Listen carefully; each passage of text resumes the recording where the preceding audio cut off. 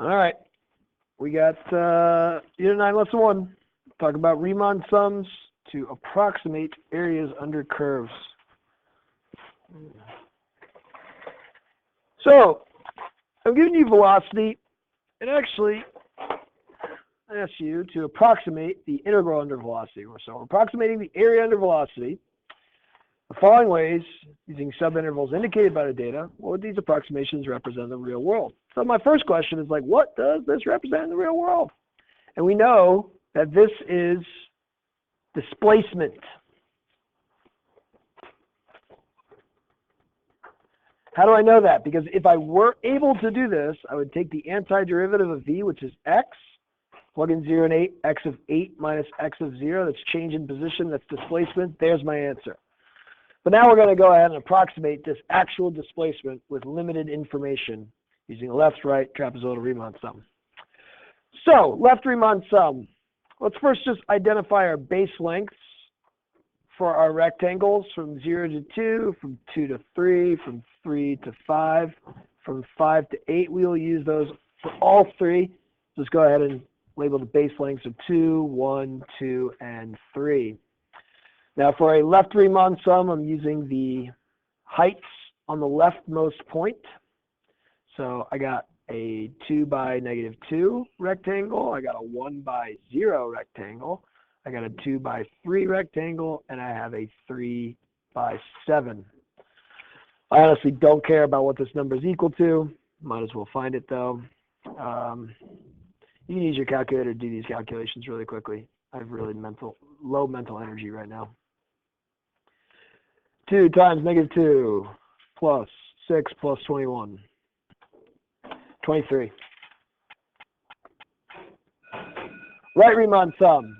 Use the heights to the right of your bases. So I'm going to use the heights of 0, 3, 7, and 12. So I got a 2 by 0, now a 1 by 3, a 2 by 7, and a 3 by 12. 2, 3, 14, 36.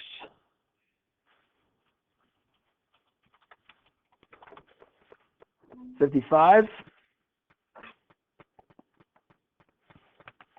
A trapezoidal Riemann sum. Remember the formula for the trapezoid: 1/2 our base length times our heights.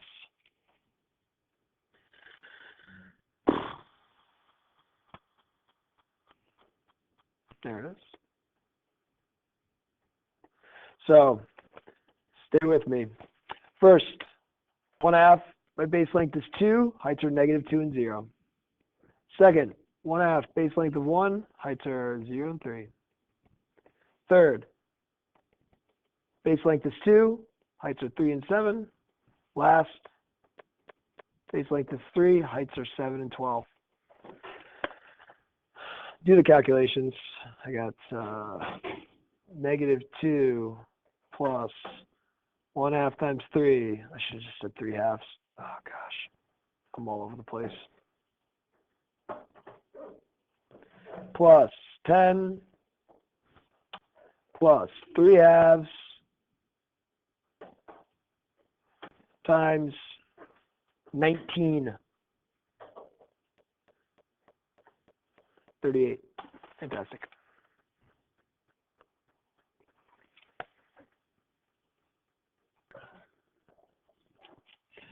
All right.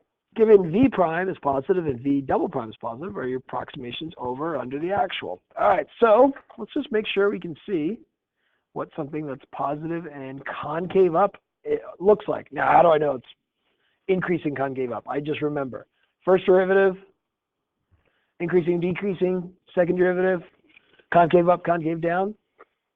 So here we go. A left Riemann sum using the leftmost point, 100% under. A right Riemann sum using a rightmost point, 100% over. A trapezoidal Riemann sum connecting these 2 points, creating a trapezoid, it ends up looking like a triangle, is going to be over because we are concave up. What would be an approximation for A of 4? That's a great question. So this is not related to Riemann sums, but it's something that you'll see a lot on your free response questions. Remember, A is the derivative of V. Okay, well, I want to find the rate of change of V, but it's like, I don't know what the function V is. How can I find A? Well, notice 4, smack dab between 3 and 5. If I wanted to approximate A of 4, I would just use the slope of the secant between 3 and 5. So A of 4 would be approximately the average rate of change of V from 3 to 5. That is 7 minus 3 over 5 minus 3.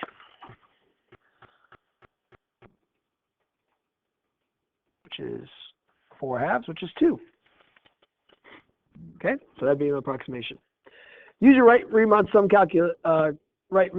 calculate 1/8 integral from 0 to 8 of v of t. What does your value represent? Okay, well, my right Riemann sum is 55, so 1/8 times 55 would be my approximation.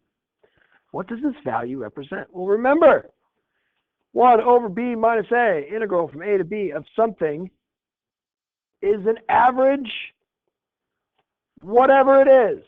If it's something, it's the average something. If it's v in here, this would be the average v. It's not an average rate of change. It's not an average displacement. It's not an average anything besides this is an average velocity over your interval 0 to 8. Okay? Use a right Riemann sum, using a right Riemann sum, approximate the data there. What does that value represent? Okay, here's one problem. Our right Riemann sum, bad question, it should be using a left Riemann sum. Let's change it. Left. With subintervals indicated by the data, approximate this. The reason why I wanted to change it to left is because if you have any negative values, you need to turn them into positive. So we're going to use this entire sum, 2 times -2, 1 times 0, 2 times 3, 3 times 7. But it's not going to be 2 times -2, it'll be 2 times +2. This is the key. That's the absolute value of my v. Plus 1 times 0, 2 times 3, 3 times 7.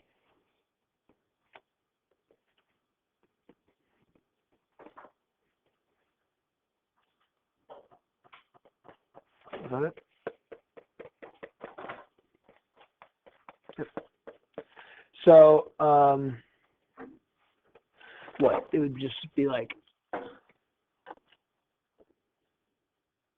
changing this to +4 would add 8 to this. Is that right? So 31, 21 plus 6 plus 4. Yep, 31. Now, what would this represent? This is very important. Integral of the absolute value. This is speed times time. This is distance.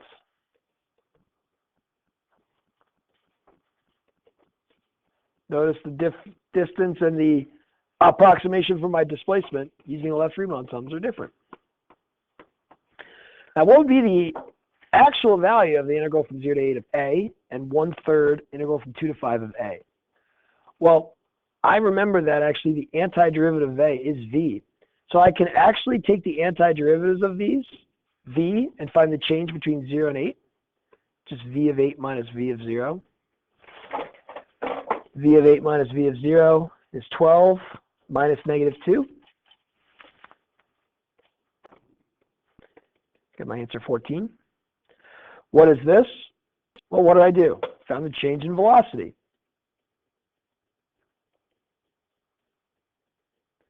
From 0 to 8.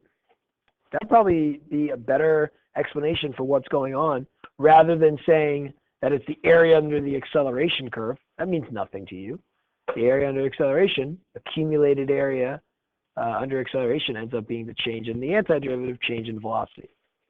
Here, I can do the same thing. 1/3, the velocity is the antiderivative from 2 to 5. That is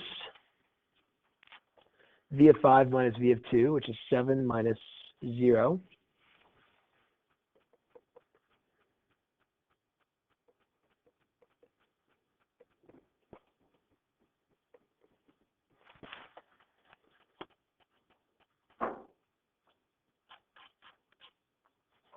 That's v of 2.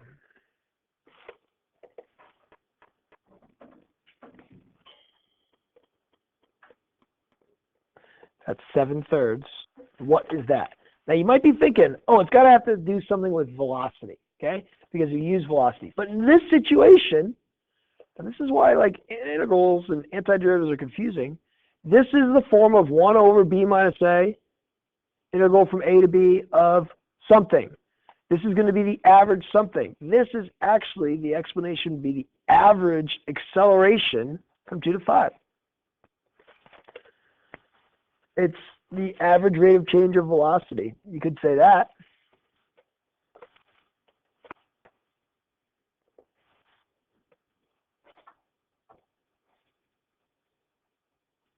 But usually students don't make that connection, but you could.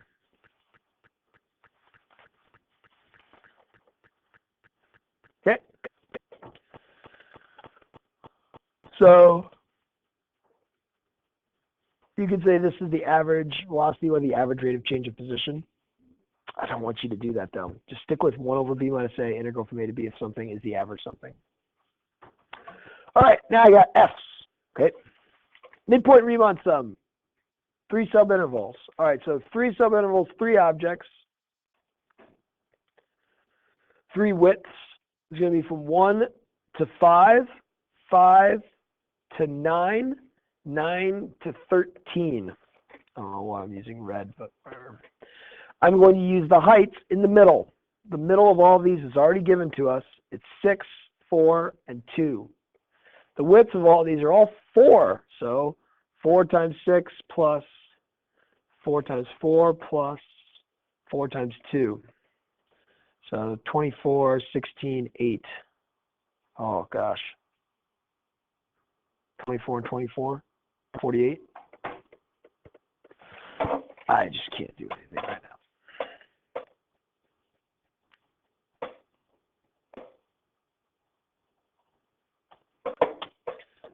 Approximate this using a left Riemann sum with the maximum amount of subintervals. What does the value represent? Given f prime is negative, is your value an over and under approximation? All right, so maximum amount of subintervals. All of a sudden, I need to go from 0 to, or 1 to 3, 3 to 5, 5 to 7, 7 to 9, 9 to 11, 11 to 13, and I'm going to use 7, 6, 5, 4, 3, and 2.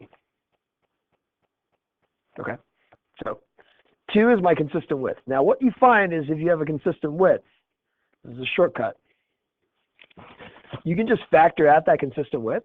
So I got 2 by 7 plus 2 by 6, and so on and so on. That's going to be the same as 2 times 7 plus 6 plus 5 plus 4 plus 3 plus 2. I don't include the 1 because the 1 is not used for the last one. So this is equal to, let's see, 10, 27 times 2, which is 54. Pairing up the nice numbers. Okay. Now that is the approximation. But I need to take this and multiply it by 1/12. 54 divided by 12.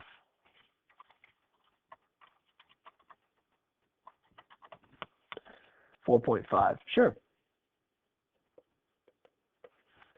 What is that over or under? Okay, so and this is how you're going to do this.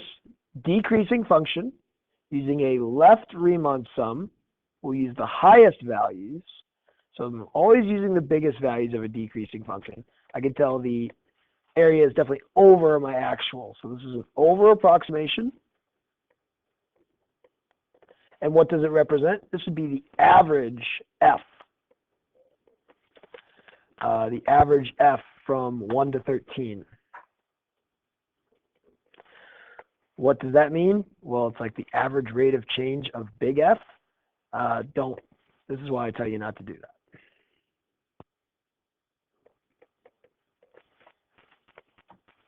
Approximate f prime of 4 the best you can. Well, I don't know what f is. I can't take the derivative of f. But what I can do is say, okay, well, I know 4 smack dab in between 3 and 5. If I use the average rate of change between these two values, it'll do a decent job of telling you what's going on straight at 4. So I don't know what f prime of 4 can be exactly, but the best I could do is find the average rate of change of f at between 3 and 5. And that is going to be 5 minus 6 over 5 minus 3. And that is negative 1/2. Okay? Find integral from 3 to 9 of f prime. What do you mean find? Don't I approximate everything in this lesson? Not in this situation. Here, I can take the antiderivative of f prime. It's f from 3 to 9. You get f of 9 minus f of 3. I know what those values are. I can find them. F of 9 is 3. F of 3 is 6. Negative 3. What's the average f prime from 3 to 9? Average 1 over b minus a, integral from a to b of what you're trying to find the average of. This is found. It was negative 3, so I have 1/6 times negative 3. It's also negative 1/2. Cool. All right, let's approximate some things. Approximating 9 to the x. Well, the best thing I can do to approximate 9 to the x is make a table. With 2 subintervals from 0 to 2, I see that my width is 1. If you don't know that the width equals 1, you can always use b minus a over n. So like here, b minus a is 2 minus 0 over 4. You can see your width is 1/2. But like we said, using a table, that will help you here. I get x, f of x. Might as well set up our table for both situations. So 0, 1/2, 1, 3/2, 2. I use fractions instead of decimals for a reason. Then f of x, 9 to the 0 is 1. 9 to the 1/2. Root of 9, 3. 9 to the 1, 9. 9 to the 3/2. So that's 9 to the 1/2 cubed. That's 3 cubed, 27. And then 9 squared, 81.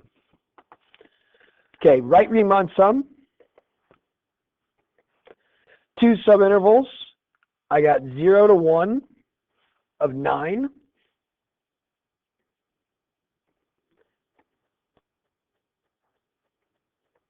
And 1 to 2 using 81. It's not too bad. Base length of 1, height of 9. Base length of 1, height of 81. 81 plus 9 is 90. 4 subintervals. Okay. So I'm going to use 0 to a 1/2 of 3. 1/2 to 1 of 9. 1 to 3/2 of 27. 3/2 to 2 of 81. That'd be my right Riemann sum. Since all of my intervals have base lengths of 1/2, I can continue to do this, or I could just factor out the 1/2, 3, 9, 27, 81. So this is 90 plus 30, which is 120 divided by 2, which is 60. Okay? Given f prime is positive, 9 to the x definitely increase. There's a right Riemann sum approximation over or under the actual. Well, I know that this is going to be a better approximation than that. For anything that's increasing, if I use a right Riemann sum, I'm always using the highest value on an interval. If my function is increasing, I can see my area approximation is definitely going to be over the actual. Approximate 0 to 4 using a trapezoidal sum with 4 subintervals and a midpoint using 2. So if I'm going to 0 to 4 and 4 and 2, I just need 0, 1, 2, 3, 4. 0 to 1, 1 to 2, 2 to 3, 3 to 4. And then my function is 0, 1, 4, 9, 16. Okay, so trapezoidal sum. I got a 1/2 base length of 1, height of 0 and 1. A 1/2 a base length of 1, height of 1 and 4. I got 4 and 9.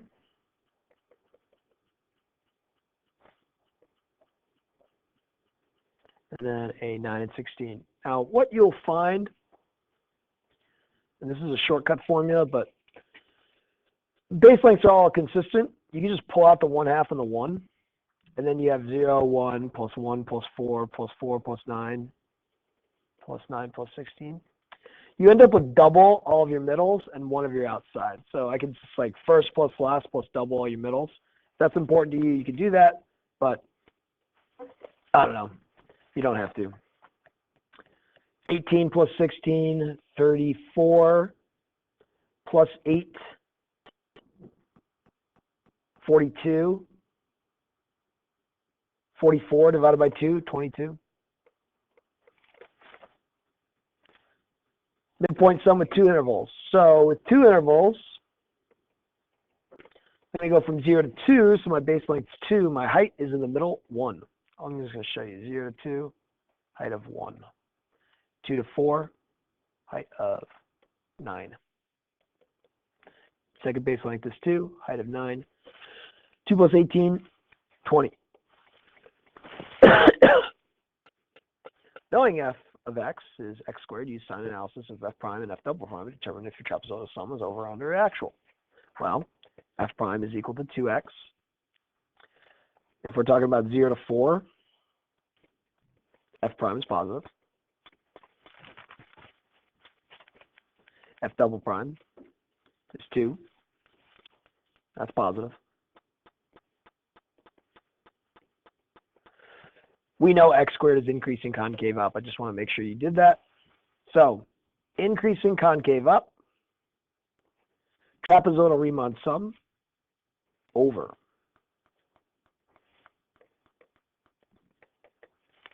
All of mine are over so far. Find the actual area. Use the fundamental theorem of calculus. We did this in class. Don't forget to take the antiderivative. So many people forget. Once they start using their calculators and they find integrals, they forget.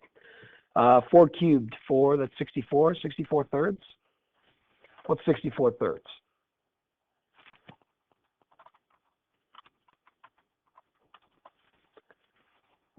Hold on a second. Oh, okay, yeah. We're good. 21.333. What did I do? A trapezoidal Riemann sum with 4 subintervals, getting 22. I knew it was over. 22 is a little bit bigger than 21 and a third. Look at that. So my trapezoidal Riemann sum actually did a very good approximation of my area, even though I only used 4 objects. Okay. Now we get into some fun problems that you're going to see on your test. These free response problems where you're asked to find certain things. So let's start with B and then I'll go back to part A. Use a trapezoidal sum with 3 subintervals to approximate the integral from 0 to 2.8 of V. They don't even have you interpret this. You should immediately say this is displacement, because I know that, because I know calculus and I pay attention to everything Mr. Messer says. But they don't care about that. They just want you to find the value. All right, so trapezoidal Riemann sum, my first one's 0 to 0.3. That's a width of 0.3. My heights are going to be 0 to 55 of my trapezoid. The next one, 0.3 to 1.7 is what, 1.4. Heights are 55 and negative 29.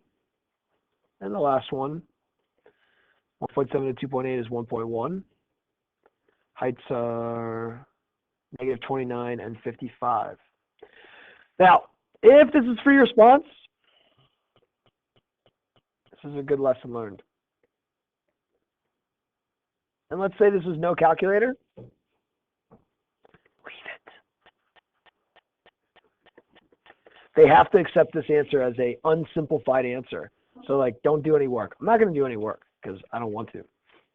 So remember that for the future.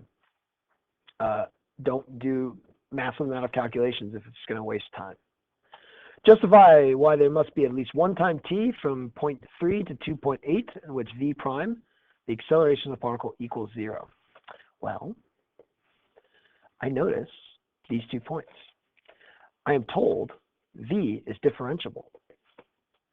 Since v is differentiable, by the mean value theorem, there must be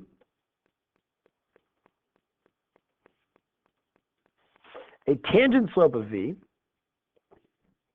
which equals the average rate of change of v from 0.3 to 2.8. Well, the average rate of change, 55 minus 55 over 2.8 minus 0.3 is 0. So there's my answer. Mean value theorem. Remember mean value theorem? Take 2 points.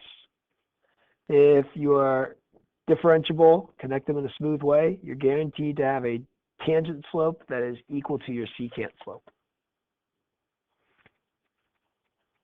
Okay, next one. Height of a tree. Cool. This is the height of a tree over a certain amount of years. Good job, tree. Growing. Estimate h prime of 6. Interpret the within the context of problem. Okay, h prime of 6. I don't know what h is, but I have some information. To find h prime of 6, best thing I could do is to look at the average rate of change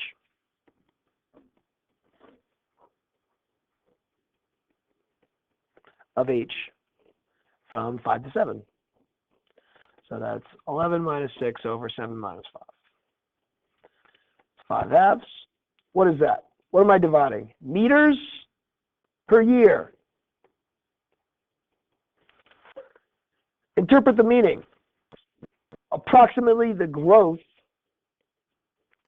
of the tree in like the rate of change of the height, the derivative of the height, the rate of growth. Growth rate of the tree at t equals 6.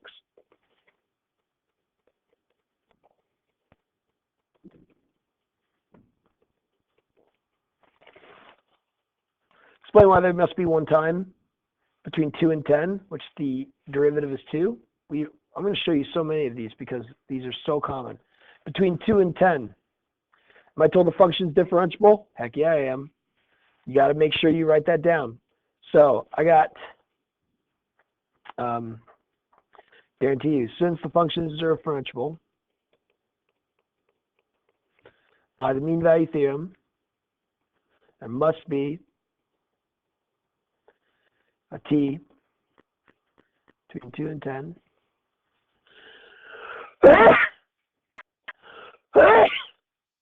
Ooh, so that the derivative equals the average rate of change of h from 2 to 10, which equals 15 minus 1.5 over 10 minus 2.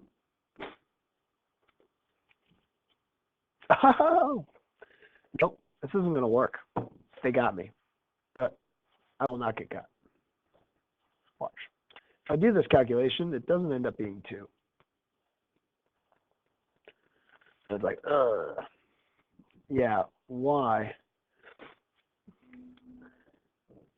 Look at 3 to 5.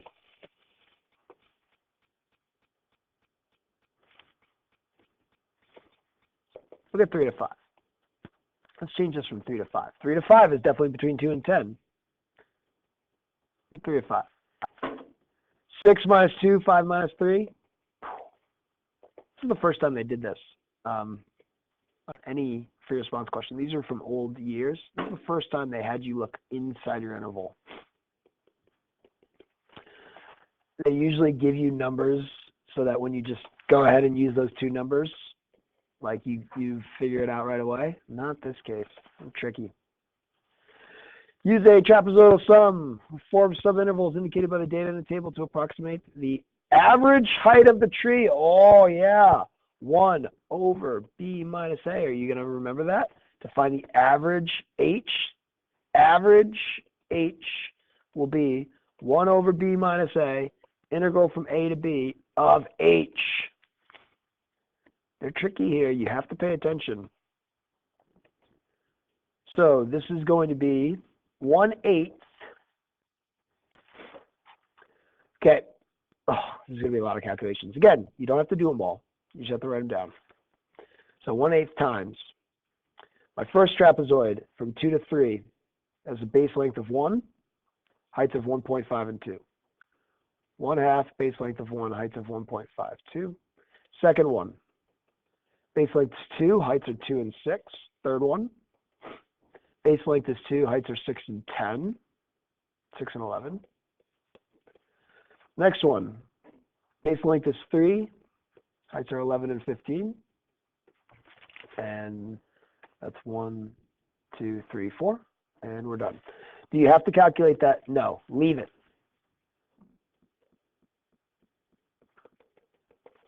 It's fine, it's perfect.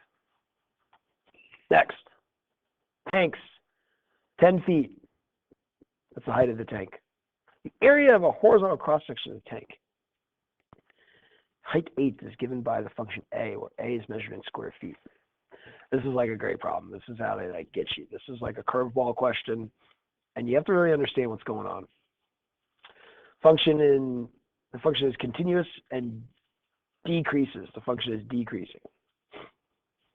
Use the left Riemann sum, approximate the volume of the tank. They kind of helped you out here to tell you. If you do a sum of an area times a height, this is in like feet squared times feet. What do you get? Feet cubed. What is that? A volume. So we are doing an integral from 0 to 10 of a of h dt. These are in feet squared. This is in feet, giving me my feet cubed. I want a left Riemann sum, subintervals indicated by the data. My first one, 0 to 2, height of 50.3. Second one, 2 to 5, width is 3, height is 14.4. Third one, 5 to 10, height is 6.5. Leave it. Indicate the units of measure. Whoa.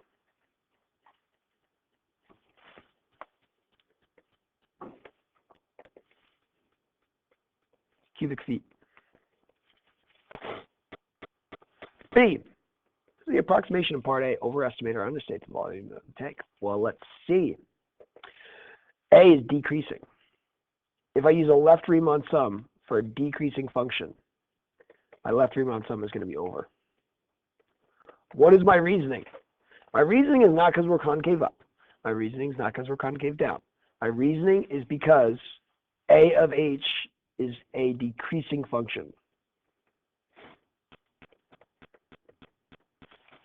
Next, water is pumped into a tank at a rate. Oh, we got a rate problem. Look at that. Rate problem right here. Water is removed from the tank at a rate. Rates. Look at that. So this is another example. It's like it's not always going to be the same. R is differential and decreasing. Selected values of R are shown in the table. There's 50,000. We got an initial value. Estimate R prime of 2. Indicate units of measure. R is a rate. It's the rate out.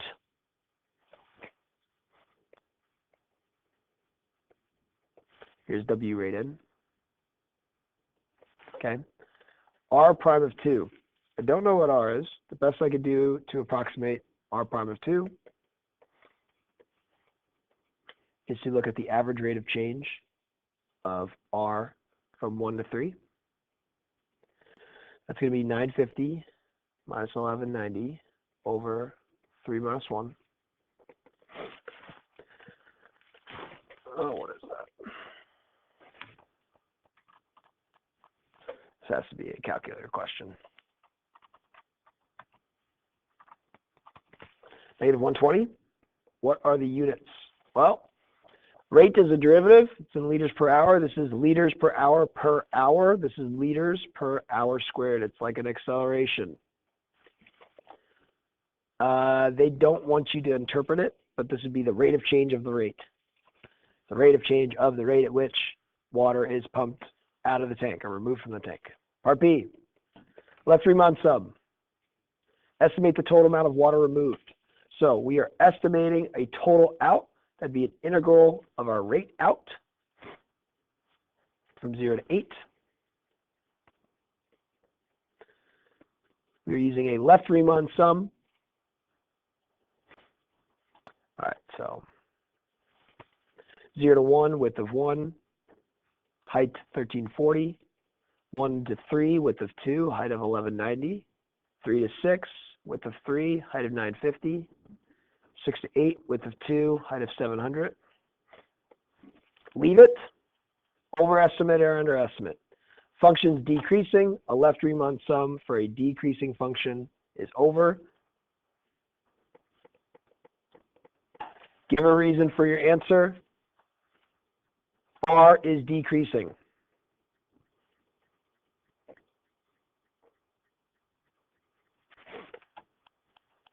C. Use your answer from part B. Find an estimate for the total amount of water to take to the nearest liter at the end of 8 hours. That's great.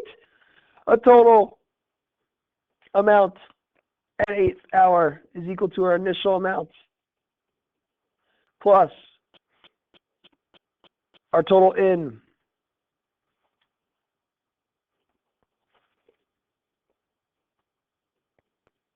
minus our total out. Might as well let's do the calculations. Here we go. So 50,000 plus, oh geez, 1340 plus 2 times 1190 plus 3 times 950 plus 2 times 700. That's an initial plus our total in, minus an integral from 0 to 8 of my rate out. Wait. Shoot! All right, hold on. I messed up. Clear. This is my rate out. This is my total out. So go back to this. I need to subtract. Let's just find out this whole fact. All right, so 7970. So 50,000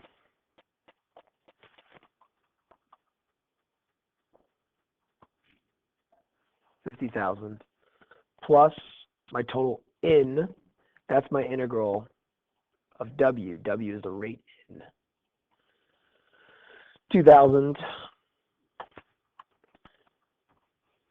e to the negative t squared over 20 minus my total out, integral of my rate out. I approximated 49866 to the nearest liter.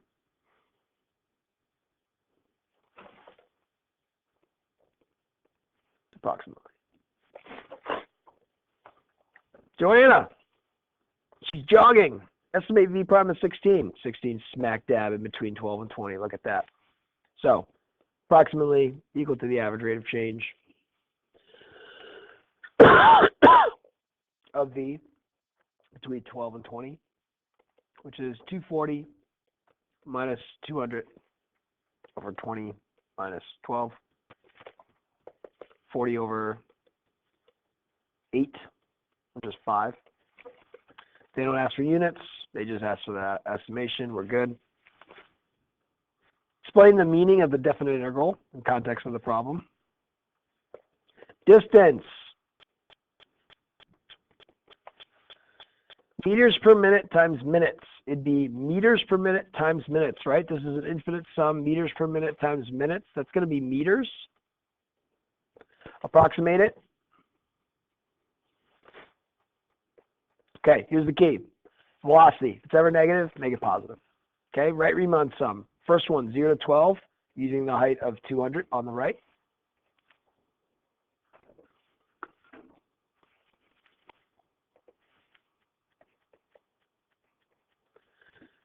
(12 to 20, 240, 20 to 24, negative 220, 24 to 40, 150. Okay, so 12, 20, I got 8 and 240. I know this was a non-calculator question, so this is like super important to not spend any time. Now, I'm not using negative 220. I'm using the opposite of it. Make that a positive value so that it's speed. So 4 times positive 220, and then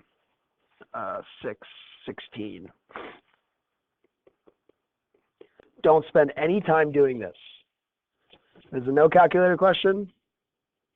You're done. Okay?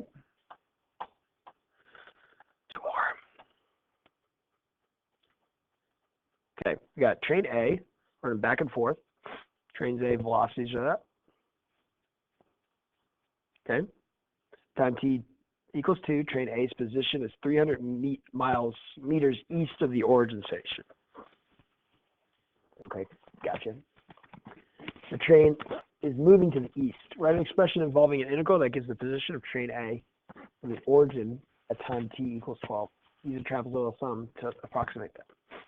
So all I have velocity. I know that the integral from 2 to 12, this is important. Integral from 2 to 12 of v is displacement. From 2 to 12, right? I want to know, what is my position at time 12? Well, this is my unknown position. You need to start with a known position and add a displacement. What is my displacement? Area under the derivative, area under velocity.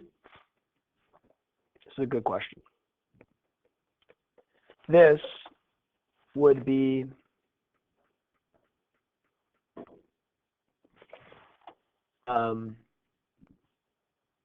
like the expression, and then we'll use a trapezoidal sum. So I got 300 plus. Oof. All right, here we go. I'm only going from 2 to 12, so be careful. First one's 2 to 5. That's a width of 3, height of 140. And then my next one is from 5 to 8. That's a width of 3, heights of 40 and 120. And the last one is a width of 4, heights of negative 120 and 150. Done. Last one. Hot water is dripping through a coffee maker. The amount of coffee in the cup is given by that. This is the amount of coffee in a cup. Approximate C prime of 3.5. Indicate units of measure. 3.5, smack dab between 3 and 4. Our best job to approximate C prime of 3.5 is to use the average rate of change of C between 3 and 4. We see a lot of consistencies with these problems from year to year. 4 minus 3 is just 1. 12.8 minus 11.2 is 1.6. What is this? Ounces, minutes, ounces per minute. Okay? Dividing these by these. It's the derivative of the amount of copy, the rate of change of the amount. For time between 2 and 4, where there's C prime equals 2. There's 2, there's 4. Yes. So, are they telling you C is differentiable? Yep. Since C is differentiable, you have to write that. by the mean value theorem, there must be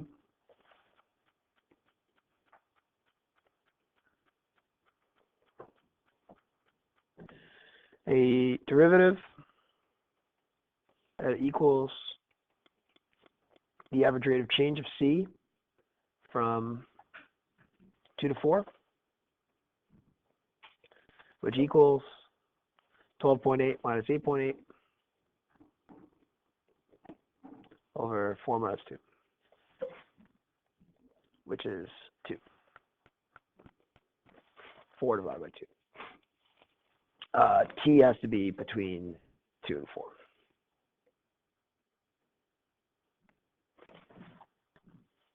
C.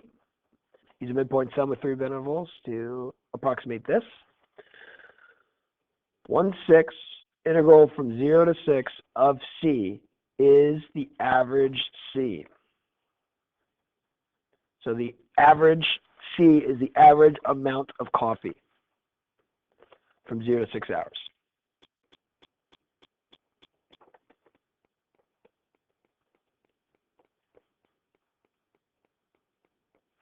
Okay? Then I get 1/6. Midpoint sum, nice. 3 subintervals. So I'm going from 0 to 2, 2 to 4, 4 to 6, using the middle. So each one is 2. So I can just have that 2 factored out because all the bases are consistent. I got 5.3, 11.2, 13.8.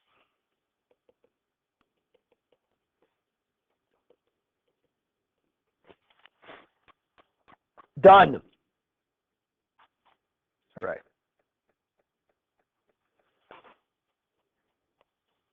That